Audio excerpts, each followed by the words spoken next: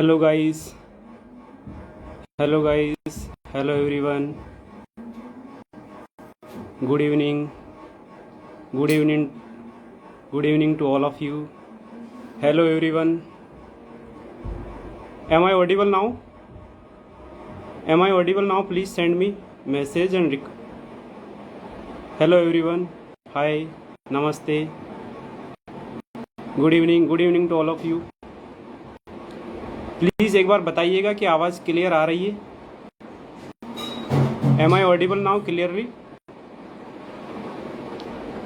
Please send me reply. How are you guys? या Audible sir. Okay okay. Hello everyone, कैसे हो आप सब? कैसी चल रही है आपकी प्रिपरेशन सबकी इस पेंडेमिक में? Hello everyone, good evening to all of you. Good evening to all of you.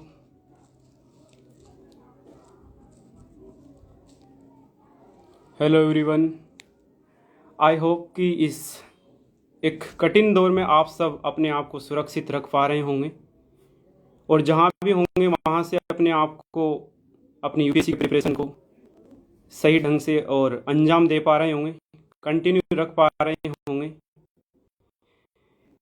इस पेंडेमिक के दौरान आप जहाँ कहीं भी होंगे वहाँ आपके जहन में इस कठिन समय में आपके जहन में क्या चल रहा है यूपीएससी को लेकर, उसकी प्रिपरेशन को लेकर आपके द्वारा जो भी सारे सवाल है आपके जो भी यूपीएससी को लेकर चल रहा है, तमाम सभी सवाल आपके से सबको निश्चित रूप से मिलने वाला है.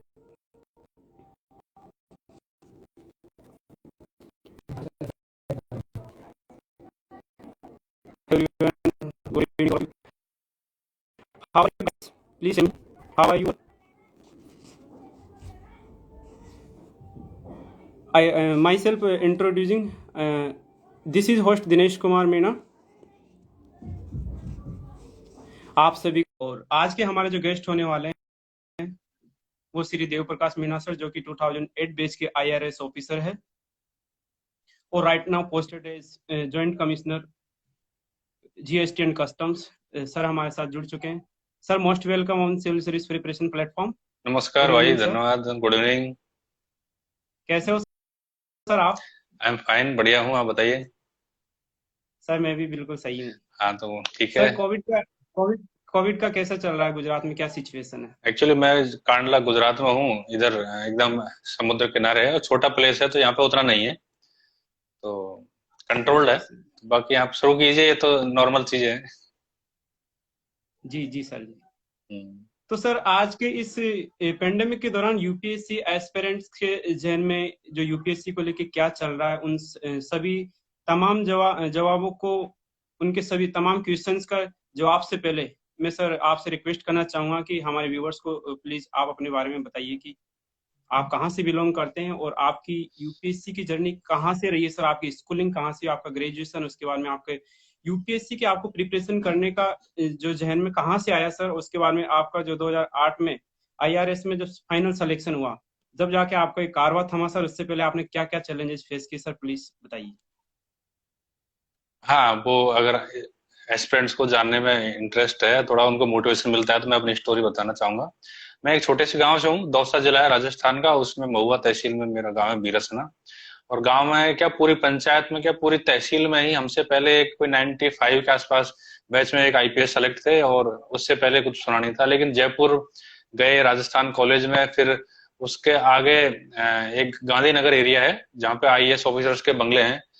तो फिर मैगजीन में पढ़ते थे, अखबारों में उनका नाम वगैरह आता है, और फिर ये प्रतियोगिता दर्पण वगैरह मैगजीन में IAS सेलेक्टेड लोगों के इंटरव्यू पढ़ते हैं. तो ऐसे क्यूरियोसिटी आई और जानने लगे, और फिर थोड़ा ऐसे ही हालात बने कि खुद को इस तरफ झोंक दिया. कुछ घर के हालात खराब हो गए थे, तो मतलब ऐसा एक मोटिवेशन मिला कि यूपीएससी क्वालिफाई करके और सबका मतलब कल्याण हो सकता है. तो इस तरीके से ये प्लान बना और ठान लिया एक बार. तो सर एकेडमिक बैकग्राउंड नॉर्मल है मेरा, मतलब कोई ज्यादा अट्रैक्टिव नहीं है, लेकिन एक बार सोचा कि करना है तो फिर करना है, तो फिर हो गया. Okay sir. तो सर आपने जो यूपीएससी की प्रिपरेशन कहाँ से करी सर? जयपुर से करी या आपको दिल्ली जाना पड़ा था सर? मैं जयपुर में ग्रेजुएशन तक जयपुर में रहा, और उसके बाद मेरा पहला सिलेक्शन स्टेट सर्विस जो होती है, आरएस, उसमें हुआ था। मेरा वैसे रैंक नीचे था सबऑर्डिनेट सर्विस में, लेकिन वो पहला प्रयास था। थोड़ा कॉन्फिडेंस आया उससे। फिर पेरेंट्स, पिताजी को बताया, तो मतलब कैसे तैसे करके उन्होंने फाइनेंस का जुगाड़ करके उधार उधार पैसे लेके फिर मैं दिल्ली गया कोचिंग करने। और वहां जाके फिर और ज्यादा एक्सपोजर मिला यूपीएससी का। अभी की तरह नहीं थे कि आप लोग लाइव इंटरव्यू देख रहे हैं किसी का, मिल रहे हैं लोग फेसबुक सोशल मीडिया पे। पहले ये बातें मतलब काफी पहले की हैं। तो मेरा पहला सिलेक्शन 2004 में हुआ था यूपीएससी में। तो मुझे एक Indian defence account service allot हुई थी। आईआरएस 2008 में अलॉट हुई थी। और 2011 में भी मैं देता रहा एग्जाम लगातार। तो 2011 में मेरा सिलेक्शन हुआ, लेकिन वो रैंक इंप्रूव नहीं हुई। फिर मैंने देना छोड़ दिया। मैं अभी प्रेजेंटली आईआरएस हूँ, जॉइंट कमिश्नर, आपने बताया। Yes sir.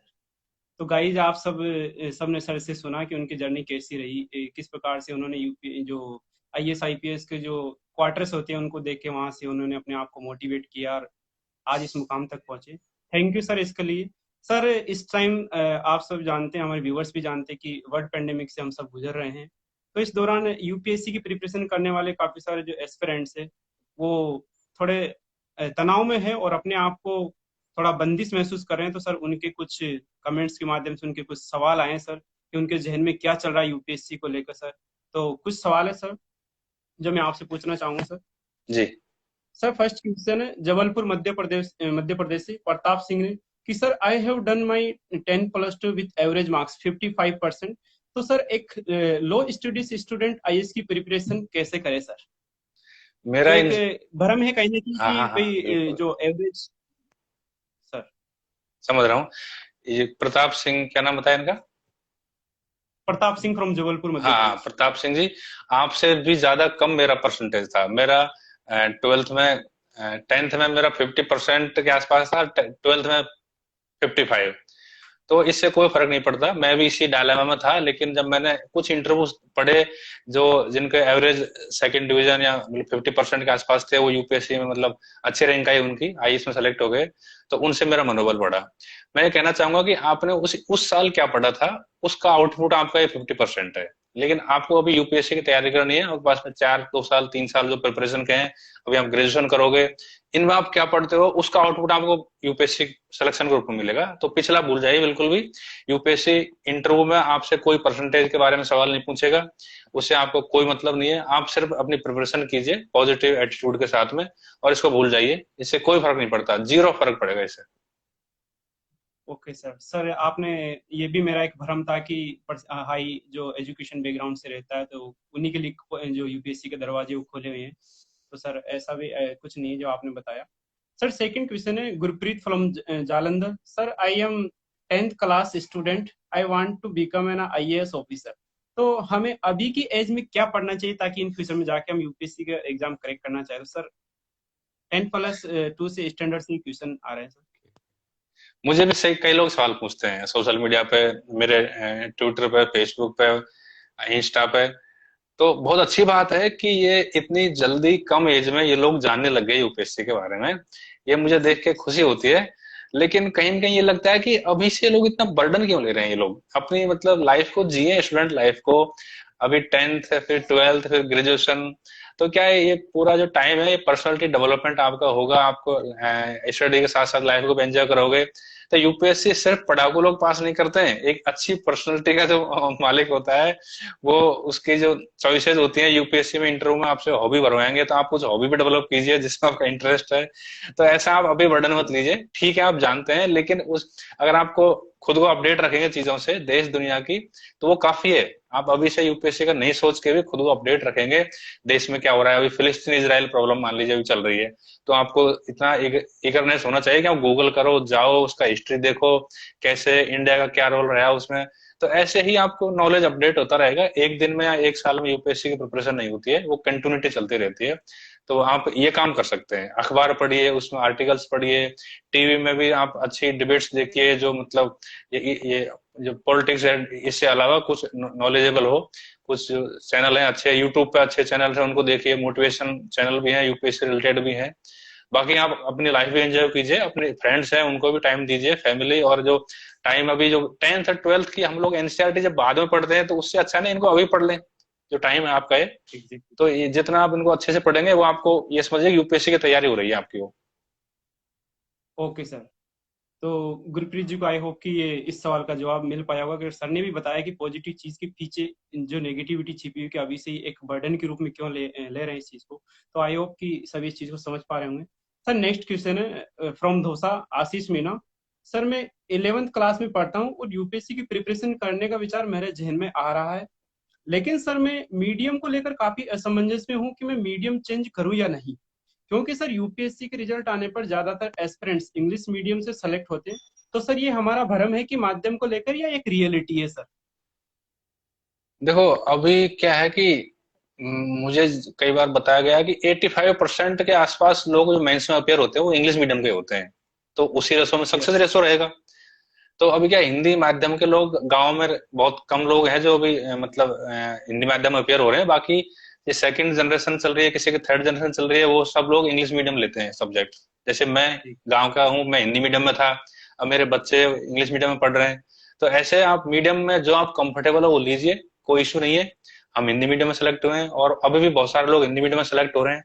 तो मीडियम को लेकर के आप अगर आपको इंग्लिश में कंफर्टेबल है तो आप इंग्लिश लीजिए, हिंदी में है तो हिंदी लीजिए। लेकिन सिर्फ आप ये सोच के मत लीजिए कि इंग्लिश में ही हो सकता है हिंदी में नहीं होगा, ऐसा नहीं है। Okay sir. Sir next question from Valsad Gujarat Divya Patel. Sir I have done my 10+2 standard, लेकिन सर मैं ग्रेजुएशन नॉन कॉलेज करना चाहती हूँ। क्या सर मेरा नॉन कॉलेज ग्रेजुएशन करना यूपीएससी में बाधक बन सकता है क्या? Sir I want to do self study at home. बिल्कुल बाधक नहीं बनेगा। यूपीएससी सिर्फ ग्रेजुएशन मांगती है आपसे। कॉलेज से या फिर आप नॉन कॉलेज हैं या फिर आप आईआईटी से हैं या फिर आप किसी और एमबीबीएस आपने किया है कहीं से, बीकॉम किया है, इससे उनको कोई मतलब नहीं है। आपको ग्रेजुएट डिग्री चाहिए, वो आप घर पे कर सकती हैं जैसा आपको कंफर्टेबल लगे। यूपीएससी तो अपना खुद का एग्जाम लेती है ना, उसको इनसे कोई मतलब नहीं है। आपने बीकॉम किया है या फिर आपने बीटेक किया है, एमबीबीएस किया है, उसका अपना पैटर्न है, एग्जाम है, उसको आप सिलेबस दिया है, उसको आप क्वालिफाई कीजिए, सेलेक्ट होइए। आपके ग्रेजुएशन से सवाल जरूर पूछे जाएंगे, जो आपके सब्जेक्ट रहेंगे, जो कुछ आपका ऑप्शनल के अलावा उन पर भी पूछे जाएंगे, तो आप तैयार करेंगे। Exactly sir. तो ये भी बिल्कुल एक इल्यूजन है कि सर मतलब कि हम एक यूपीएससी का तो दायरा एक ग्रेजुएट लेवल स्टूडेंट जो कैंडिडेट कैन बी अलाउड। तो sir okay sir. Sir next question Manpreet from Ludhiana. Sir how to read NCERT, how useful it will be in civil service preparation, would not would not work without them in civil service. Sir NCERT पढ़े बिना भी काम चल जाएगा क्या? NCERT कितना percent help करता है यूपीएससी में, अगर हम किसी दूसरी डायरेक्ट बुक से पढ़े विदाउट एनसीईआरटी? तो सर इसके बारे में आपका क्या पॉइंट ऑफ व्यू? एनसीईआरटी क्या, भारत सरकार की जो वो है एक मतलब नेशनल, तो वो है यस। करिकुलम। तो इनमें बेसिक चीजें हैं सभी के बारे में, history, polity, geography, economy, science. तो एक जो भारत के बारे में जो हम एक समझ बनती है, सामान्य समझ, और एक स्टैंडर्ड लैंग्वेज, चाहे वो हिंदी वाली मीडियम की हो या फिर इंग्लिश की हो, तो आपका एक अच्छी भाषा आपके कमांड होता है और आपको बेसिक नॉलेज मिलती है। जो आपको कई बार क्या होता है कि ऑप्शनल आपको ज्यादा, आपने अगर इकोनॉमी ऑप्शनल पढ़ी है या फिर हिस्ट्री ऑप्शनल में ज्यादा डीपली पढ़ा है, जीके में उतना नहीं चाहिए। जीके में उतना ही चाहिए जो आपको मतलब सामान्य रूप से, तो एनसीईआरटी में वो ज्यादा अच्छा मिलेगा। और ये सभी कवर करते हैं सारे एरिया। और आपको एक अच्छा मतलब जो भाषा चाहिए यूपीएससी में लिखने में, वो भी आपको इससे डेवलप होगी। तो मेरे ख्याल से एनसीईआरटी, इवन स्टेट के भी लोग जो बोर्ड एग्जाम है उनकी किताबें पढ़ते हैं, राजस्थान बोर्ड की भी पढ़ते हैं, मैंने भी पढ़ी है। तो बिल्कुल। ये एनसीईआरटी मतलब बेस्ट है, आपको पढ़नी चाहिए बेसिक्स के लिए, और काफी हेल्प करती है जीके में। Okay sir. तो एनसीईआरटी मस्ट। तो सर नेक्स्ट क्वेश्चन है फ्रॉम रामागुंडम तेलंगाना। गुंजन ने पूछा कि how a beginner start to preparation. Sir I have no idea about UPSC but I want to do preparation for that exam. From which point I start, किस पॉइंट से मैं start करूं UPSC? अगर मैंने ग्रेजुएशन कर ली हो तो मैं तेलंगाना कहाँ से के स्टार्ट करूं? अगर मैं मेरे कई सारे फ्रेंड्स हैं तेलंगाना के, आप उधर से भी बहुत लोग सेलेक्ट होते हैं। तो आप अभी बात हो रही थी एनसीईआरटी की, आप बेसिक से शुरू कर सकते हैं। और उसके बाद फिर आप जो ये इंग्लिश मीडियम होगा मेरे ख्याल से इनका, तो आप जो पर्टिकुलर स्टैंडर्ड बुक्स हैं वो आप किसी भी रेफरेंस से गूगल करके कहीं से भी मांग सकते हैं, ले सकते हैं, particular section wise, economy, polity, geography, environment, इस तरीके से। तो एनसीईआरटी से आप शुरू कर सकते हैं, उससे आपको इजी होगा समझने में, क्योंकि स्कूल के बच्चों के हिसाब से उनको लिखा गया है, तो उनको समझाने का जो तरीका है बहुत ही अच्छा होता है। तो आप एनसीईआरटी शुरू कर सकते हैं, फिर आप टेक्स्ट बुक पे बढ़ सकते हैं, और सिलेबस को आगे रखते हुए आप प्रीलिम्स की करेंगे, फिर आपका खुद का भी समझ बनेगा, और फिर मेंस क्वालिफाई, प्रीलिम्स के बाद मेंस होगा, और आगे चीजें बढ़ेंगी। सर अक्सर कभी कभी होता है कि हम ग्रेजुएशन कर चुके होते हैं, उसके बाद में जब हमारी अंडरस्टैंडिंग बढ़ती है तो हमें पता चलता है कि भाई यूपीएससी के थ्रू हम कौन कौन से जगह पर जा सकते हैं। उसके बाद में फिर कभी आता है कि हमने हमारा मतलब एजुकेशन का जो टाइम है, जो ग्रेजुएशन का टाइम है, वो कहीं ना कहीं वेस्ट कर दिया। तो सर उस समय अगर जहन में आए चीज, तो फिर कहाँ से स्टार्ट करना चाहिए? एनसीईआरटी पे वापस जाओ, या फिर किसी दूसरे राइटर के थ्रू, अगर अच्छी अंडरस्टैंडिंग है तो किसी दूसरे राइटर की बुक से स्टार्ट करो, या नोट्स बनाओ? सर अक्सर ये नोट्स बनाने का भी काफी है कि नोट्स बनाने में कोई टाइम वेस्ट समझता है अपने आप का, तो नोट्स बनाए या फिर? ये पर्सन टू पर्सन डिपेंड करता है। जैसे आपने एनसीईआरटी से अगर आप ज्यादा आपने पढ़ चुके हैं, उनका लेवल आपका है ऑलरेडी, आपको लग रहा है तो बच्चों जैसी बातें हैं, तो इनमें टाइम वेस्ट नहीं करके सीधा आप उस पर जाते हैं, टेक्स्ट बुक में जाते हैं, पर्टिकुलर राइटर की, ज्योग्राफी या इकोनॉमी उठाएंगे, कुछ और उठाएंगे, साइंस टेक्नोलॉजी, क्योंकि उनमें थोड़ा ज्यादा मेटेरियल रहता है, इंफॉर्मेशन ज्यादा रहती है, एनालिसिस रहता है, बैकग्राउंड भी रहता है, क्योंकि एनसीईआरटी में बच्चों के लिए उतना मेटेरियल नहीं डालेंगे ना। लेकिन नोट्स एग्जैक्टली। की बात ऐसी है कि आप कितना ग्रेप्स कर पा रहे हैं उसमें से, आप कितना याद कर पा रहे हैं। कुछ लोग अंडरलाइन करके काम कर चला लेते हैं, कि एक पेज में चार चीज उनको लगी, अंडरलाइन कर लिया, और उनको, तो मुझे लगता है कि नोट्स है ना, हर किसी के अलग होते हैं। किसको एक नोट का मतलब शॉर्ट फॉर्म में बनाना, ताकि आप उनको जल्दी से रिवाइज कर सको, और आप कुछ चीजें लिखने से ही आपको पूरा वो टॉपिक याद आ जाए। तो उसमें जो फैक्चुअल एग्जैक्टली। चीजें हैं, फिर जो कुछ कंसेप्चुअल क्लियरिटी कहीं पे चाहिए, तो आप उनको अंडरलाइन करके या फिर नोट्स बना के आप रख सकते हैं। 10 पेज का जो चैप्टर है उसको, नोट्स का मतलब है आप उसको 1 या 2 पेज में कंप्लीट करें। अगर आप एज इट इज उसको कर रहे हैं तो उसका क्या मतलब है, तो कोई यूजलेस है, आपका टाइम वेस्ट हो रहा है उसमें। तो आपको कितना सूट कर रहा है, कितना आप याद कर पा रहे हैं, कितना आपको लिखना पड़ेगा ताकि याद रह जाए, ये आप खुद डिसाइड करेंगे। फिर कभी सर, कभी टाइम ऐसा आता है कि जब रिवीजन का जब टाइम आता है, तो हम इन चीजों को रिवाइज नहीं कर पाते, हमने बना बना के इतने रख लिए होते हैं कि बंडल के बंडल, लेकिन सर एक टाइम आता है, तो फिर कैसे एक मटेरियल का शॉर्टेज, कैसे नहीं, बहुत कम वैसे से जो कम रखा लिखते जाए हैं वो मटेरियल? क्या है ना, जो हम लिखते हैं वो हमारे कॉन्शियस, मतलब ये सब कॉन्शियस माइंड में रहता है, अवचेतन मन में। तो ऐसा नहीं, वो बेकार नहीं जाता। जो होमवर्क करते हैं, वो लिखते हैं, पढ़ते हैं, दिमाग में होके जाता है, हाथ भी चलता है उस पे, तो कहीं ना कहीं वो माइंड में रहता है, उससे फायदा होता है, लेकिन लिख कर पढ़ने से फायदा होता है। लेकिन शॉर्ट में इस, हाँ, बड़े बड़े नोट्स बुक से ये इनका यूज तो तभी है ना जब आप उनको टाइमली रिविजन कर सको उनका। Exactly sir. Sir next question है आसनसोल वेस्ट बंगाल से आसिफ खान ने पूछा। सर करंट अफेयर्स में क्या ज्यादा इंपॉर्टेंस है? करंट अफेयर्स के लिए सोर्स क्या क्या होने चाहिए? सोर्सेस, कभी लगता है कि न्यूज़पेपर पढ़े तो उसमें हम जब पढ़ने बैठते हैं तो काफी हमारा टाइम निकल जाता है, तो फिर हमें ऐसा लगता है कि हमारा टाइम वेस्ट हो गया सर। तो प्लीज टेल न्यूज़पेपर मी। में बहुत सारी घटनाएं होती हैं, अब वो उनको मतलब एग्जैक्टली। छांट नहीं पाते कि क्या यूपीएससी के लिए पढ़े क्या छोड़ें। तो सबसे पहले तो उनको आर्टिकल पढ़ने चाहिए, हिंदी या इंग्लिश के। आर्टिकल भी मतलब ये पॉलिटिकल टाइप के नहीं ज्यादा, थोड़े सोशल इश्यूज पे हो, इकोनॉमिक जो चल रहा है कुछ उस पे हो, कुछ गवर्नमेंट स्कीम लॉन्च हुई है उसके बारे में हो, कुछ मतलब और इस सामाजिक सोशल जस्टिस वगैरह, ऐसे फॉरेन पॉलिसी, इस टाइप के आर्टिकल्स आपको पढ़ने चाहिए अखबारों में।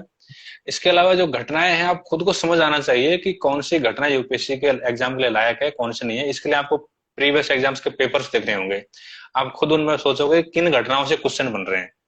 अब बहुत सारी एग्जैक्टली। घटनाएं हैं वो नॉर्मल, जो रूटीन की जो घटनाएं हैं उनसे तो कोई मतलब नहीं है। कोई जहाँ पे कॉन्स्टिट्यूशनल कुछ चीजें हैं, या फिर कुछ मतलब ये ऐसा इंटरनेशनल है। लेवल पर कुछ। हाँ, और देश में भी कोई ऐसी घटना है जिससे मतलब यूपीएससी के सिलेबस में कहीं ना कहीं फिक्स हो रही हो, उसे रिलेटेड आप कर पा रहे हैं उसको। अब कहाँ कितने मर गए, क्या होगा, ये रेप हो गया, ये चोरी हो गई, इनसे तो कोई मतलब नहीं है ना। एग्जैक्टली। हाँ। Sir next question from Jamshedpur Jharkhand, Rohit ने पूछा। सर मैं एक मिडिल क्लास फैमिली से हूँ, और सर मुझे जल्द से जल्द यूपीएससी सिविल सर्विस एग्जाम में सफल होने के लिए क्या स्टेप लेने जरूरी है?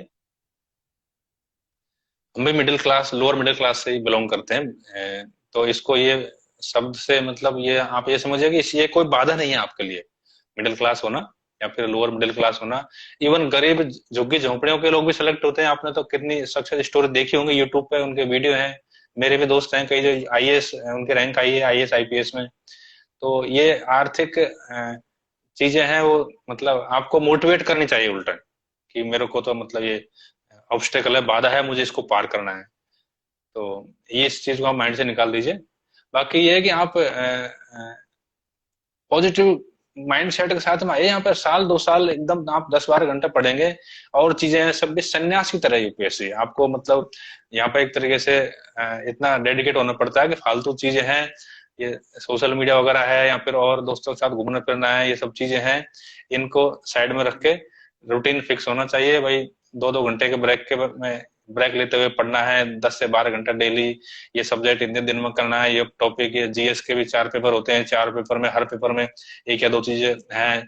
साइंस टेक है, ज्योग्राफी है, कल्चर है, जो इंडियन ज्योग्राफी, वो बहुत सारी चीजें हैं। तो आप उसको टुकड़ों में बांट करके और अपना रूटीन फिक्स करके तो ये चीजें आप करें। और ऐसा कुछ नहीं है, यूपीएससी तो मुझे तो इतना अच्छा लगता था, इवन मेरी रैंक, या आप कुछ लोग ये मतलब ये ना सोचे कि मैं आईआरएस हूँ और आईएएस कुछ ज्यादा ये 10-20 नंबर का इनमें कहीं पे इंटरव्यू लेवल पे या फिर हाँ सर, रिटर्न में कहीं काफी फर्क हो इनकम जाता है, बाकी इनसे कोई मतलब नहीं है। तो आप ये इसको, बहुत सारे लोग, मैं पढ़ रहा था आपने जब डाला था कि ये देव प्रकाश मीना इस पे लाइव रहेंगे, तो किसी ने लिखा कि आईएएस को बुलाओ। तो मैं कहता हूँ मेरे कितने सारे जो दोस्त है जिनको मैंने गाइड किया वो आईएएस बन गए, तो उससे कोई फर्क नहीं पड़ता। आपको चीजें ग्रेस्प करनी चाहिए, कौन आपको बता रहा है वो इंपॉर्टेंट है। उससे ये तो रैंक का सिस्टम है यूपीएससी का, आप जानते हैं कैसे लकीली किसी को क्या मिल जाता है, किसी को क्या मिल जाता है, फाइनल सिलेक्शन इंपॉर्टेंट है। तो आप मेहनत यस कीजिए। सर। इनसे मैं कहूंगा, ये झारखंड वाले भाई से, आप बिल्कुल मेहनत कीजिए और 1-2 साल का बिल्कुल डेडिकेशन लगा करके कीजिए। यूपीएससी कोई बड़ी चीज नहीं है, आपको बहुत कुछ सीखने को मिलेगा इसमें और आप जीवन में सफल होंगे। Okay sir, I hope Rohit ji इस बात को समझ पा रहे होंगे कि कहाँ से बिलोंग करते हैं, ये चीज मैटर नहीं करती। सर नेक्स्ट क्वेश्चन है Anjali Sharma from Dehradun. Sir how to manage job versus preparation. Sir job करते हुए टाइम का इश्यू कैसे सॉर्ट आउट किया जाए सर। ये कभी बहुत आता है कि इंपॉर्टेंट है। बिल्कुल गवर्नमेंट जॉब में मैं खुद भी स्टडी जॉब करनी में था पड़ती है पहले। तो। मैं स्टेट गवर्नमेंट में, मैंने बताया ना, आरएसओ में सेलेक्ट हो गया था, तो मैंने भी जॉब करते हुए तैयारी की है। तो जब आपका डेडिकेशन हो और आपका लक्ष्य एकदम फिक्स हो कि मुझे तो करना ही है, तो फिर आप जॉब के टाइम भी आपको टाइम मिलता है तो आप, आपका बैग है उसमें आप 2 किताबें रख लीजिए, जो आपने नोट्स बनाए उनको रख लीजिए, जब भी मौका मिले उनको रिवाइज कीजिए। फिर थोड़ा सा शाम को ऑफिस से घर आ करके थक गए, थोड़ा रेस्ट करके चाय वाय पी करके फिर टाइम निकालिए। तो आपको एडजस्ट आपको करना है, कंप्लेन आप किसी से नहीं कर सकते, क्योंकि आपको सफल आपको होना है। तो ये कोई बहाना नहीं चलता इन चीजों में कि मेरे को टाइम नहीं मिल रहा, मुझे ये दिक्कत है वो दिक्कत है। क्योंकि अल्टीमेटली जो सक्सेस का जो स्वाद है आपको ही चखना है, तो उसके लिए कष्ट भी आपको उठाने होंगे, एडजस्ट आपको करना है। फिर ये चीजें हो आई जाता है। होप अंजलि वो शर्मा जी। ठान लेते हैं तो सब कुछ हो जाता है। जॉब के से साथ भी बहुत सारे लोग हैं जो, जिनकी मजबूरी होती है जॉब करना फाइनेंशियली सिक्योरिटी के लिए। और थोड़ा ये भी रहता है कि यूपीएससी में थोड़ा अनिश्चितता रहती है, तो पहले फैमिली वाले भी कहते हैं कि पहले थोड़ा जॉब लग जाओ, गवर्नमेंट जॉब उसको छोड़ नहीं सकते, छुट्टी मिलती है नहीं मिलती है डिपेंड करता है बॉसेज के ऊपर। तो मेरे अंडर में भी मतलब कई सारे इंस्पेक्टर हैं, वो तैयारी करते थे, तो मैं तो बहुत कोऑपरेट करता था उनको, कई लोग सेलेक्ट हो गए उनमें। तो डिपेंड यस। करता है, लेकिन आपको एडजस्ट करना है अपने बॉसेज के साथ में, ऑफिस के साथ में, खुद के साथ में। जैसे कि सर ने बताया कि सर खुद भी एक स्टेट पीसीएस आरएस के रूप में काम करते थे, तो इन्होंने भी तैयारी उस टाइम करी। और सर जॉइंट कमिश्नर अभी तो ये खुद भी बोल रहे हैं कि एसएससी में जो काफी लोग जो सेलेक्ट हुए हैं, तो सर इन्हें कॉम्प्रोमाइज किया। Thank you sir for. Sir next question है अतुल बामनवास सवाई माधोपुर से। Sir how to start writing practice, because sir मुझे अच्छा आंसर लिखना नहीं आता और राइटिंग स्पीड स्लो है सर। How to maintain. हाँ, थोड़ा स्पीड तो बढ़ानी होगी, लेकिन अब क्या है ना, पैटर्न पे डिपेंड करता है। ये यूपीएससी का क्वेश्चन 50 वर्ड का है या फिर 100 वर्ड का है, 500 वर्ड का है। हम पहले पहले बहुत बड़े क्वेश्चन होते थे ऑप्शनल्स के, आप अगर आपको पता हो तो 600 वर्ड के भी क्वेश्चन होते थे। अब ये शायद वो नहीं है, अब तो इवन मेरे ख्याल से कॉपी में ही दिया रहता है स्पेस, उसमें ही आपको लिखना है, उतना ही लिख पाओगे, है ना। तो ये तो क्या है ना, आप उस जो सिलेबस में जो पूछा है, सॉरी, प्रश्न जो पूछा है वो आपसे क्या मांग रहा है, आप टू द पॉइंट लिखिए, आप भूमिका मत बनाइए, मतलब ये बैकग्राउंड मत तैयार कीजिए। तो आप डायरेक्ट उस पर आइए, और उस जो आपने पढ़ा है उसको सिंपल आपकी भाषा में आप किस तरीके से वहां पर लिख पा रहे हो, ताकि वो क्लियर हो जाए कि ये समीक्षा करवा रहा है कि आलोचना करवा रहा है, या फिर फैक्चुअल नॉलेज उसके बारे में चाह रहा है। कुछ कुछ भी क्वेश्चन हो सकता है, आप क्वेश्चन पूछिए तो उस हिसाब से। तो practice makes a man perfect, आपको प्रैक्टिस करनी होगी। और कोई आंसर परफेक्ट नहीं होता है। आप ये समझिए कि एग्जैक्ट कितना भी कोई लिख दे उसमें और दूसरा कह सकता है कि हाँ इसमें ये हो सकता है, लेकिन आप धीरे धीरे प्रयास करेंगे लिख लिख करके। आप अकेले में बैठिए, कुछ भी टॉपिक सोचिए जो आपने पढ़ा है उस पर लिखिए आप, और उसको छोटा कीजिए, संक्षिप्त कीजिए, अच्छे भाषा के शब्द हैं उनको उसमें डालिए। तो ऐसे धीरे धीरे करके हो जाएगा आंसर राइटिंग। अपने दोस्तों को दिखाइए, उन दोस्तों को आप खुद देखिए ताकि आपस में कंपैरिजन कर सकें। और फिर कुछ लोग जो आपके साथ में है वो सेलेक्ट हो चुके या फिर वो मेंस दे चुके, उनसे आप टच में रहिए। अकेले में ही मतलब अपनी दुनिया खुद का मतलब वो मत करिए। एग्जैक्ट अब तो सोशल मीडिया व्हाट्सएप वगैरह पे वो लोग ग्रुप्स बना के भी अपना शेयर करते हैं चीजों को। तो एक दो 10-20 2-4 लोगों का अपना क्लोज ग्रुप बना लीजिए, उसमें आप एक दूसरे को आंसर अपने दिखाइए। Okay sir. सर कमेंट के माध्यम से किसी एस्पिरेंट ने पूछा कि सर इंग्लिश को इम्प्रूव कैसे किया जाए, या एनसीईआरटी की इंग्लिश मीडियम की बुक्स पढ़ी जाए या न्यूज़पेपर पढ़ा जाए। हाँ यार, ये तो बहुत इंपॉर्टेंट है, इंग्लिश बहुत जरूरी है, कंपलसरी इंग्लिश है वो, क्वालिफाई करना जरूरी है। और इंटरव्यू में भी आपसे उसी में सर मैं एक चीज ऐड करना चाहूंगा कि इंटरव्यू इंटरव्यू जब देते हैं तो उस टाइम भी इंग्लिश कम्युनिकेशन में प्रॉब्लम आती है, तो सर इंग्लिश जो इम्प्रूवमेंट के लिए सर काफी क्वेश्चंस आए थे सर, तो प्लीज बताइए इसके बारे में। नहीं, हाउ वैसे टू इम्प्रूव। इंटरव्यू में नहीं आती है दिक्कत, क्योंकि इंटरव्यू में हिंदी माध्यम के जो लोग होते हैं उनको वहां पे वो दुभाषिया बैठा रहता है, ट्रांसलेटर। लेकिन एग्जैक्टली ट्रांसलेटर तो वो ट्रांसलेटर है ना, आपकी बात वो ट्रांसलेट करेगा, फिर वो सुनेंगे, फिर उसके बाद वो करेगा, तो कम्युनिकेशन एक गैप बन जाता है। तो उससे अच्छा है कि आप खुद कम से कम समझ तो सकें, फिर आप समझ जाओगे तो आप बोलो हिंदी में। और ऐसा नहीं है, इंडिया में जो सारे इंटरव्यू लेने वाले हैं वो फॉरेन से नहीं आए, वो हिंदी बोल नहीं सकते वो अलग बात है, लेकिन समझते सब हैं। तो वो जब उनका हमारा मीडियम हिंदी है, तो हिंदी में जवाब देना कोई कमजोरी नहीं है। ये हमारा तो ये तो प्लस पॉइंट है, हम तो भाई हमारा मीडियम में दे रहे हैं ना, यूपीएससी ने हमको परमिशन दिया उसके लिए। तो आप इन्फीरियरिटी कॉम्प्लेक्स मत लाइए, बिल्कुल भी हीन भावना मत लाइए। और आप बाकी इंग्लिश जरूरी है, आपको इंग्लिश कंपलसरी पास करनी है आपको। इंग्लिश में मतलब और भी कई जगह काम आती है। तो उसके लिए एक दिन में तो सीखते नहीं है, आप जानते हैं चीजों को। बाकी अखबार पढ़िए, उसके अलावा अगर ये बुक्स आप पढ़ पाते हैं तो मुझे लगता है अखबार ज्यादा इंपॉर्टेंट है बुक्स में। तो आपको अगर इंग्लिश मीडियम के नहीं है तो इंग्लिश बुक्स पढ़ने का कोई मतलब नहीं है। बाकी आप अखबार पढ़िए, द हिंदू पढ़िए, कुछ भी पढ़िए, इंडियन एक्सप्रेस वगैरह। तो करंट चीजें उसमें आप उनसे रिलेट कर पाओगे चीजों को अपने। कुछ आपको पता है कि कोई घटना हुई है, कुछ कोई भी एक्टिविटी है, तो वो इंग्लिश में आप उसको पढ़ रहे हो तो कहीं ना कहीं आप मीनिंग आप खुद भी निकाल पाओगे, अगर वो आपको क्लियर याद नहीं है तो। और फिर डिक्शनरी लेके बैठिए, रोज के 2-4 मीनिंग आप याद कीजिए, धीरे धीरे करके साल 6 महीने में आपकी अच्छी इंग्लिश बन जाएगी। ओके सर, जैसा कि गाइस सर ने बताया कि न्यूज़पेपर इंपॉर्टेंट है भाई, इंग्लिश मीडियम से अगर नहीं है तो एनसीईआरटी की नीड नहीं है। सर नेक्स्ट क्वेश्चन है from Ernakulam Kerala, Somal Nair Namboodiri. Elaborate all essential incentives which we need to take to conquer the battle of UPSC CSE exam। UPSC के एग्जाम के इस युद्ध को जीतने के लिए सर कौन कौन से हमारे को बहुत नेसेसरी स्टेप जो लेने बहुत जरूरी है, कि विदाउट उनके तो काम ही नहीं चलेगा। बिल्कुल बैटल बना दिया इन्होंने तो, इसको युद्ध युद्ध का मैदान बना दिया, जरूरी हथियार क्या क्या है। Exactly sir. तो यही है, आप खुद को मतलब एक योद्धा समझिए, और पहले ही माइंड में आप ये फिक्स कर लिए मुझे, मैं जीत गया, मुझे जीतना है इसको, इस युद्ध को मुझे जीतना ही है। तो आप फिर स्ट्रेटजी उसके हिसाब से, मतलब आप जैसे मैं पढ़ रहा था अभी कल की घटना है कि जो ये कोरोना में नकली रेमडेसिविर इंजेक्शन बहुत जगह बेचा जा रहा है। तो जबलपुर में एक हॉस्पिटल में नकली रेमडेसिविर इंजेक्शन जिनको दिया गया था वो 90% मरीज ठीक हुए। नकली इंजेक्शन। तो उसका रीजन क्या था, उनको ये लगा कि ये वैक्सीन असली है, ये जो इंजेक्शन है असली है और फायदा करेगा। तो उनको एक पॉजिटिविटी थी अंदर से, और एक मतलब अंदर से सकारात्मक उनके आई कि यार हाँ इंजेक्शन लग गया अब सही हो जाएंगे। तो आप इसी तरीके से अगर आप पॉजिटिव रह के, हालांकि उनका उस इंजेक्शन में कुछ नुकसानदायक नहीं था लेकिन वो काम का भी नहीं था, वो तो ऐसे ही था। ये तो पुलिस ने पकड़ा उसको, वो अलग बात है। तो मैं कहूंगा कि आप ये सोचिए कि मैं आईएएस बनने के लिए ही पैदा हुआ हूँ, जो भी यूपीएससी सेलेक्ट होने के लिए, और मैं यूपीएससी सेलेक्ट होऊंगा। बस मुझे जर्नी तय करनी है।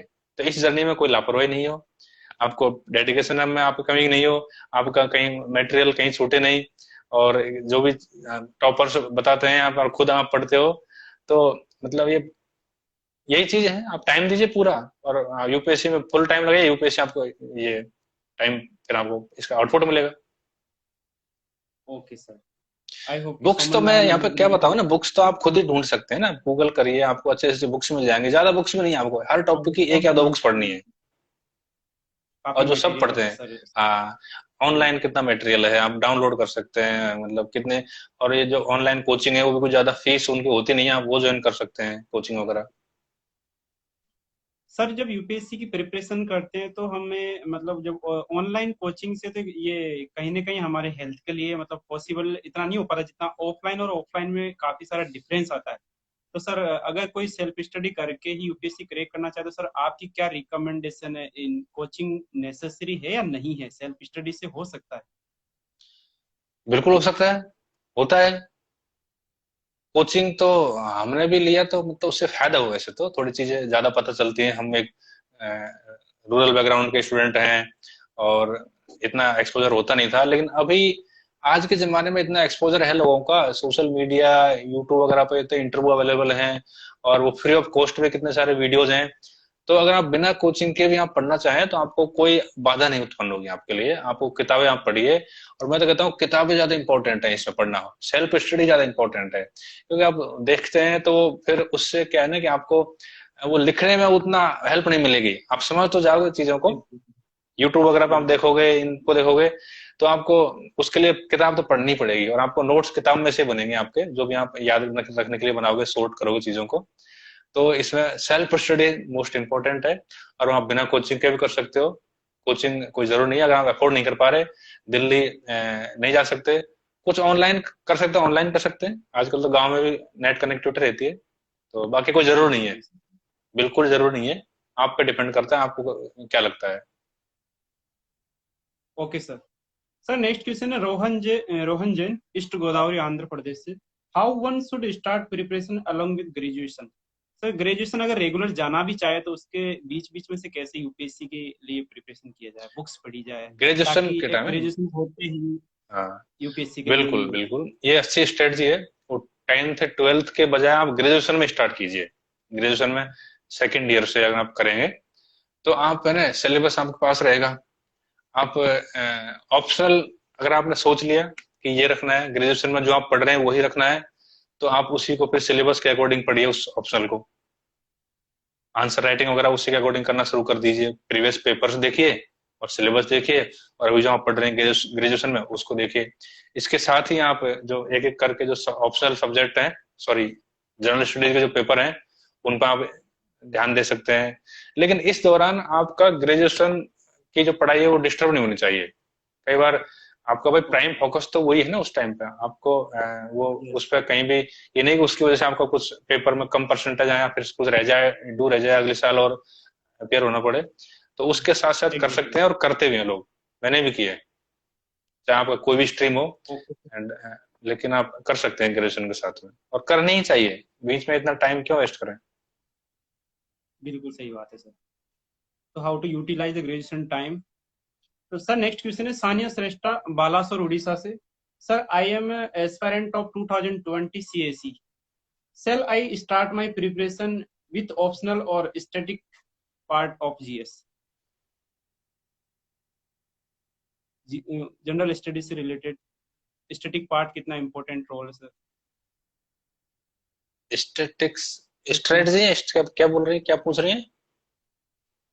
सर उन्होंने पूछा कि shall I start my preparation with optional और statics part of general study. Okay okay, हाँ हाँ, वो जनरल स्टडीज में जो स्टेटिक्स होता है उसकी बात कर रही हैं।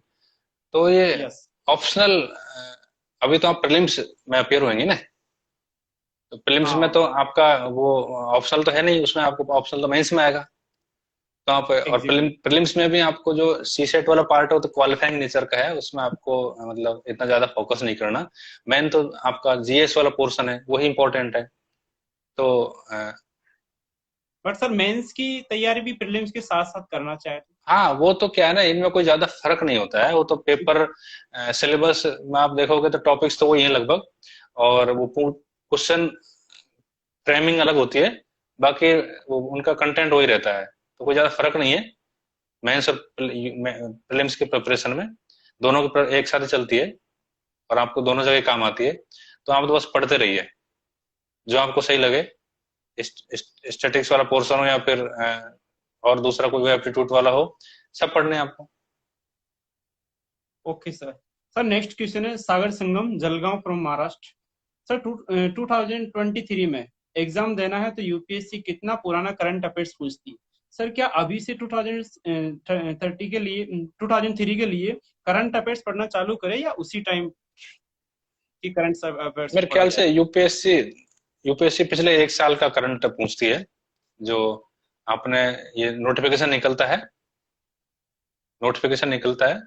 मतलब आप ये समझ लो पिछली एग्जैक्टली। प्रीलिम्स होती है, पिछली प्रीलिम्स के बाद से तो उसमें मोटा मोटी घटनाएं हैं, इंटरनेशनल इवेंट्स हैं, देश में बड़े कुछ स्कीम लॉन्च हुई हैं सोशल वेलफेयर के लिए, या फिर कुछ और फाइनेंशियली, इकोनॉमिकली, कृषि के क्षेत्र में, मतलब जो भी आपका है सारा, उन सबको आप एक समराइज कर सकते हैं। तो पिछले एक साल मान के चलिए आप मैक्सिमम, पिछले जो प्रीलिम्स की डेट आई है उससे पिछले एक साल का मोटा मोटी मान के चलिए, उतना काफी है।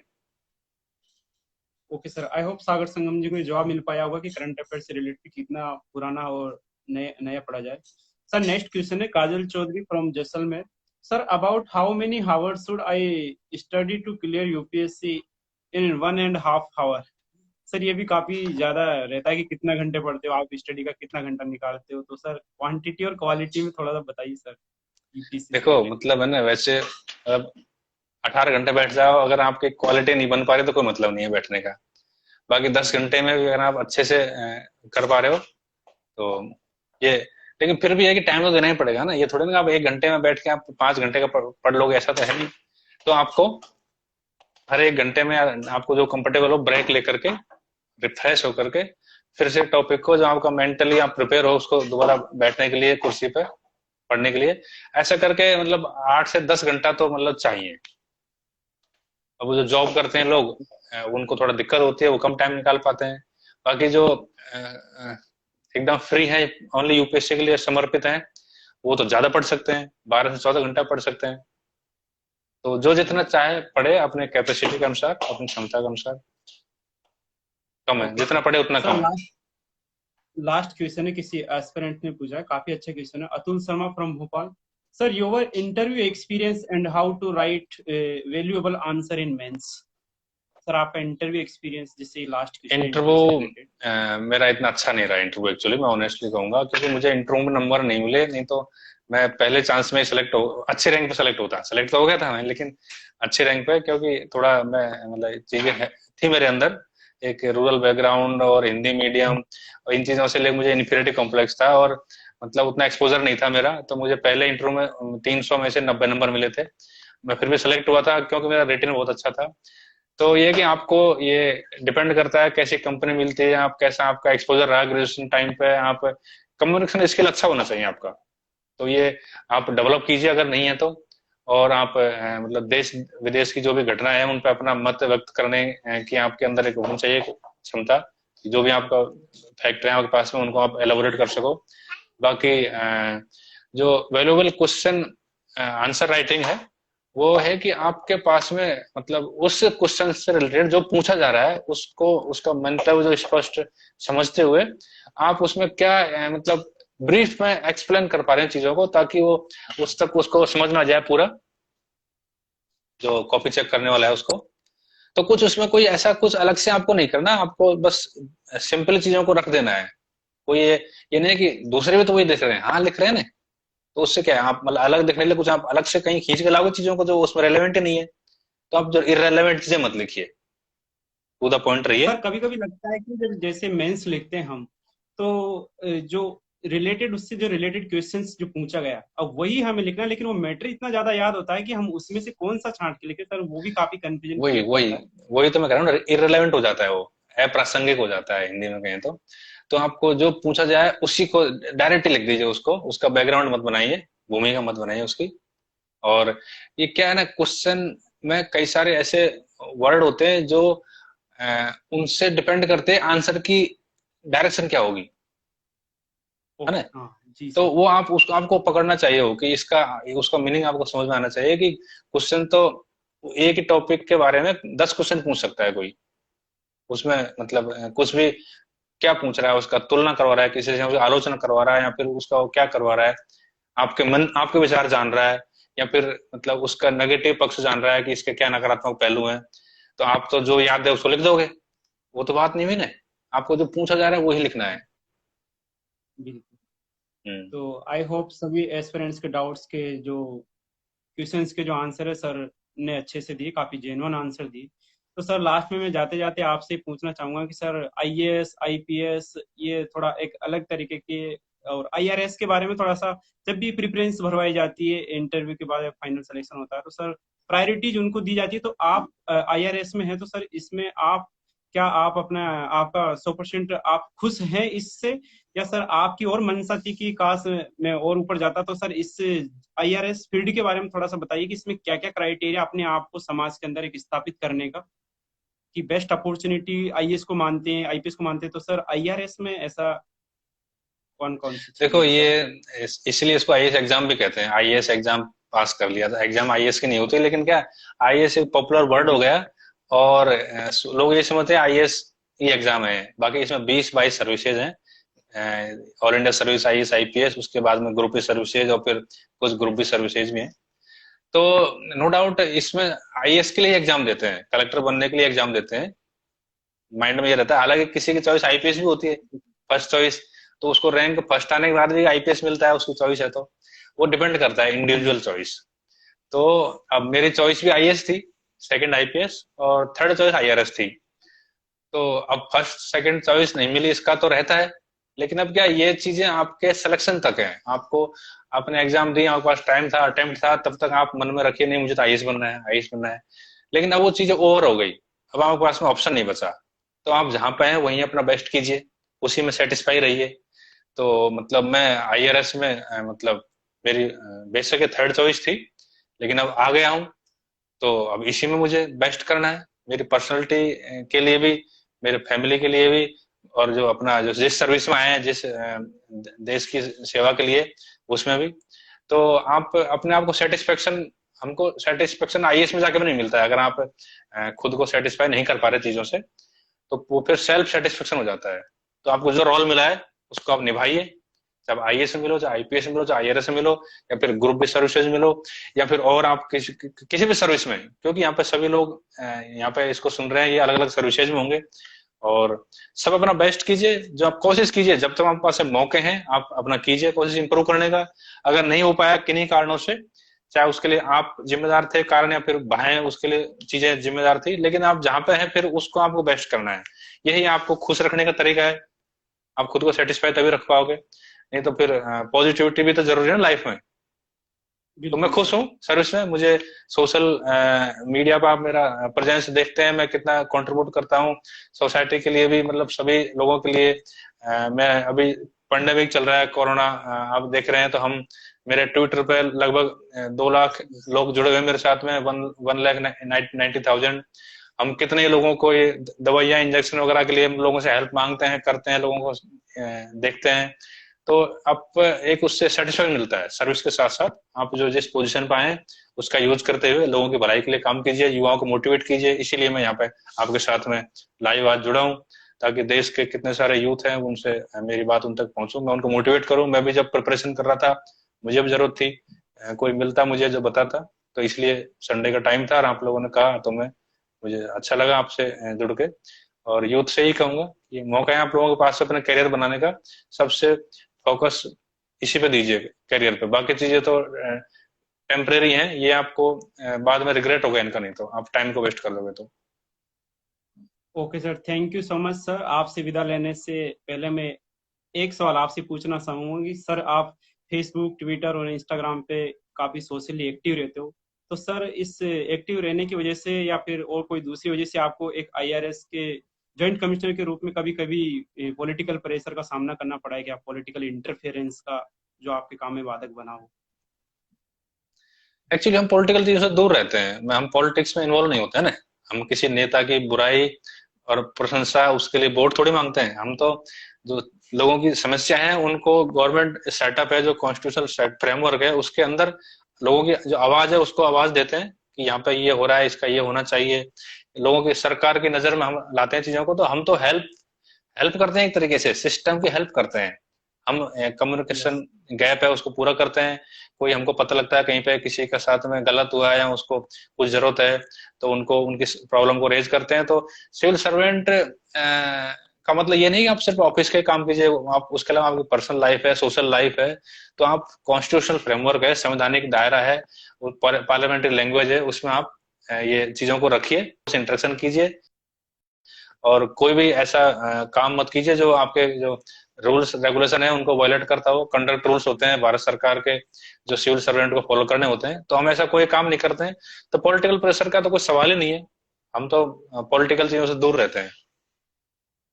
Thank you so much sir.